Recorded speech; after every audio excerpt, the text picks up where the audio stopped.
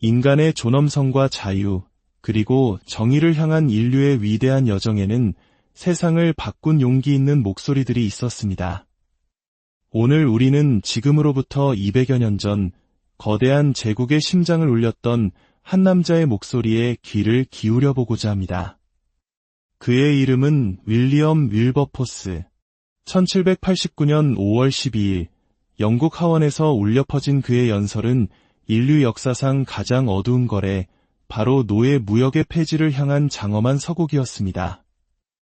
이 이야기가 여러분의 마음에 깊은 울림을 준다면 잠시 시간을 내어 좋아요와 구독을 눌러주십시오. 여러분의 작은 행동 하나하나가 진실의 목소리를 더 널리 퍼뜨리는 힘이 됩니다. 이 채널을 통해 더 많은 지혜와 역사의 감동을 나누는 여정에 동참해주시는 모든 분들께 하나님의 은총이 함께하기를 기도합니다. 이제 한 사람의 신념이 어떻게 세상을 바꿀 수 있었는지 그의 목소리를 따라가 보겠습니다. 존경하는 의원 여러분, 제가 오늘 이 자리에서 여러분 앞에 말씀드리고자 하는 주제의 거대함을 생각할 때 저는 두려움을 느끼지 않을 수 없습니다. 이 문제는 단지 이 나라, 영국이나 유럽만의 문제가 아닙니다. 전 세계와 우리 후손들의 미래가 걸린 중차대한 사안입니다. 동시에 위대한 대의를 짊어진 제가 얼마나 미약한 존재인지를 생각하면 제 능력의 한계에 부딪혀 두렵고 염려스러운 마음을 금할 길이 없습니다. 하지만 저는 용기를 냅니다. 이 문제를 파헤치기 위해 길고 고된 시간 동안 조사를 거듭하며 제가 얻었던 격려들을 떠올립니다. 진실에 다가설수록 제 안에서 확신은 더욱 굳건해졌습니다. 지금은 혹이견을 가진 분들이 계실지라도 결국 마지막에는 우리 모두가 한마음이 될 것이라는 믿음이 있습니다. 이러한 생각들에 힘입어 저는 모든 두려움을 떨쳐내고 더 굳건한 발걸음으로 앞으로 나아가려 합니다. 저의 대의가 저를 지지해 줄 것이며 제 손에 들린 모든 결의안이 가장 명백한 원칙 위에 서 있음을 증명할 수 있으리라 확신합니다. 그리고 그 결의안의 최종 목표는 바로 노예 무역의 완전한 폐지입니다. 저는 이 논의를 시작하며 감정에 휩쓸리지 않기를 간절히 바랍니다. 저는 여러분의 감정에 호소하려는 것이 아닙니다. 오직 여러분의 냉철하고 공정한 이성에만 호소할 뿐입니다. 저는 이 문제의 모든 부분을 하나하나 신중하게 숙고하고자 합니다. 저는 그 누구도 비난할 생각이 없습니다. 오히려 이 끔찍한 무역이 우리 대영제국의 권위 아래 자행되도록 방치한 것에 대해 이 의회 전체와 더불어 저 자신부터 그 수치를 받아들이고자 합니다. 우리 모두는 유죄입니다. 우리는 모두 죄를 인정해야 하며 다른 이에게 책임을 떠넘기며 스스로를 변호해서는 안 됩니다. 그러므로 저는 이 비참한 사업에 직접적으로 연관된 다양한 분들에 대한 어떠한 비난도 삼가고자 합니다. 이제 이 문제의 가장 끔찍한 부분에 대해 말씀드려야겠습니다. 바로 아프리카에서 서인도 제도로 노예들을 운송하는 과정입니다. 제 생각에 이것은 이 문제 전체를 통틀어 가장 비참한 부분입니다. 그토록 좁은 공간에 압축된 그토록 거대한 고통은 인간의 상상력을 초월하는 것입니다. 저는 리버풀의 상인들을 비난하지 않겠습니다. 저는 그들이 인간적인 사람들이라고 믿고 싶습니다. 만약 그들이 개개인의 사례에 집중할 수 있었다면, 이 거대한 악의 규모에 정신이 팔려 무감각해지지만 않았다면 결코 이 거래를 지속하지 않았을 것이라고 믿습니다. 저는 진심으로 믿습니다. 만약 수백 명의 흑인들이 빽빽이 들어찬 배 안에서 단 한 사람이 겪는 끔찍한 고통이라도 그들 눈앞에 펼쳐지고 그 광경을 계속 지켜봐야 한다면 아프리카 상인들 중 그 누구도 마음으로 그것을 견뎌낼 수 없을 것입니다. 상상해 보십시오. 600명, 700명에 달하는 이 불쌍한 영혼들이 둘씩 짝지어 쇠사슬에 묶여 있습니다. 역겹고 혐오스러운 것들에 둘러싸여 온갖 질병과 고통 속에서 신음하고 있습니다. 우리가 어떻게 이런 장면을 생각이나 할 수 있겠습니까? 마치 그들의 정신을 무디게 할 목적으로 세상의 모든 육체적 고통을 그들에게 쏟아붓기로 작정한 것만 같습니다.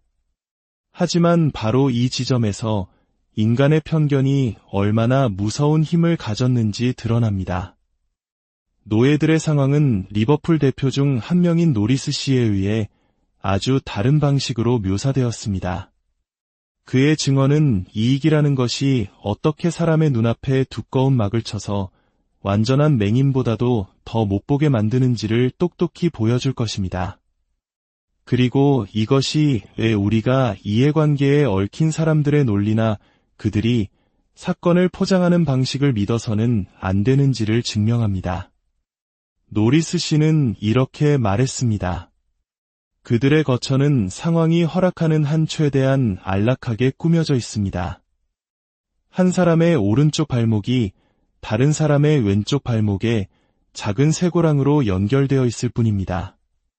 소란을 피울 경우 손목에도 족쇄를 채웁니다. 그들은 하루에 여러 번 식사를 하며 아프리카 요리법으로 만든 최고의 소스를 곁들인 고향 음식을 제공받습니다. 때로는 유럽식 입맛에 맞춘 콩 요리도 나옵니다. 아침 식사 후에는 몸을 씻을 물이 제공되고 그들의 공간은 유향과 라임즙으로 향기롭게 유지됩니다. 저녁 식사 전에는 고국의 방식으로 여흥을 즐깁니다.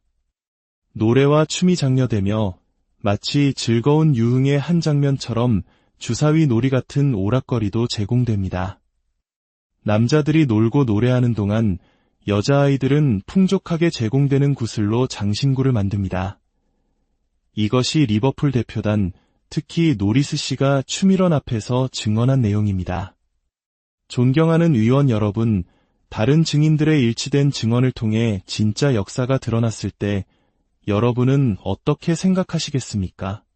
포로가 된 것을 기뻐한다고 묘사되던 노예들은 사실 고국을 떠나는 비통함에 너무나도 고통스러워했기 때문에 출항의 순간을 알아채지 못하도록 밤에 돛을 올리는 것이 관행이었습니다. 노리스 씨가 말한 콩요리는 사실 말에게나 먹이는 말콩이었습니다. 물과 식량의 부족은 너무나 심각해서 자메이카 의회 위원회 보고서에서조차 의회의 개입이 필요한 문제라고 지적할 정도였습니다.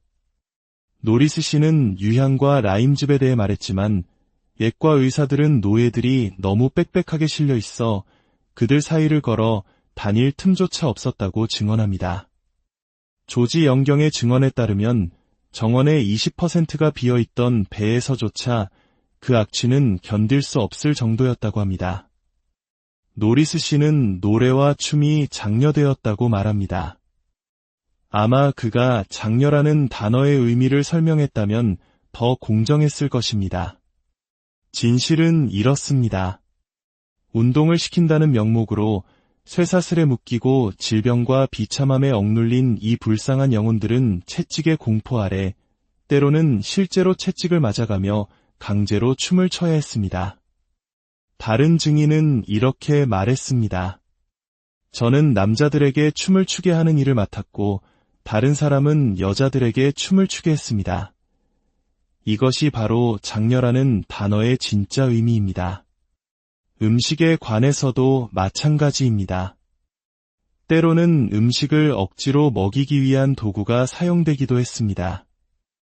이것 역시 그들이 얼마나 식사를 즐겼는지를 보여주는 증거입니다. 그들의 노래는 어땠을까요? 그들의 노래는 고향을 떠나는 슬픔을 담은 비탄의 노래였다고 합니다. 그들은 노래를 부르면서 항상 눈물을 흘렸습니다. 보다 인간적이었던 한 선장은 한 여인의 노래가 너무 구슬퍼서 듣기 힘들다는 이유로 채찍질하겠다고 위협하기까지 했습니다. 그러나 저는 묘사에만 의존하지 않겠습니다. 저는 의회의 관심을 절대적으로 명백한 한 가지 증거, 바로 죽음으로 돌리고자 합니다. 죽음은 확실한 증거의 기반이며 사망자의 비율은 그들의 비참함에 대한 우리의 의심을 확인시켜줄 뿐만 아니라 아마도 더욱 심화시킬 것입니다.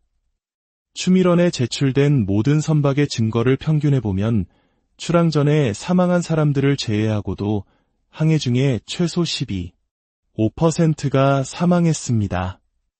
이뿐만이 아닙니다. 자메이카 보고서에 따르면 육지에 도착한 후 판매일 전까지, 즉 불과 2주 사이에 최소 5%가 추가로 사망합니다. 그리고 새로운 환경에 적응하는 과정에서 3분의 1이 더 죽습니다. 일부 증인들이 그들이 건강하고 행복하다고 주장했던 그들의 고향과 똑같은 기후의 나라에서 말입니다. 선상에서 얻은 질병, 상처를 감추기 위한 소독제, 그리고 판매를 위해 그들을 보기 좋게 꾸미는 온갖 기만적인 수법들이 바로 이 끔찍한 사망률의 주된 원인 중 하나입니다. 종합해보면 약 50%의 사망률이 발생합니다. 이는 가축을 살 때처럼 신체가 건강한 흑인들만 골라서 샀음에도 불구하고 벌어지는 일입니다.